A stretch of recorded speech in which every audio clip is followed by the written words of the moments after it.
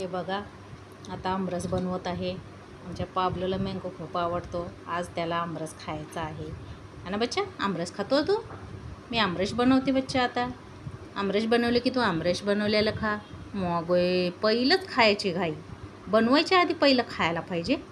बा बनवायच्या आधी पहिलं खातो तू. बनवू दे ना बच्चा, तुला आमरस बनवून देते. हां, खातो ना आमरस. माय ते बघ पाण्यातून काढायची पहिली घाई पडली बघायला. काढू दे गं मम्मी, मला आमरस खाऊ दे गं मम्मी. आता बनवते आणि मग ह्याला खायला देते. बघा कसा खाईल तो आता.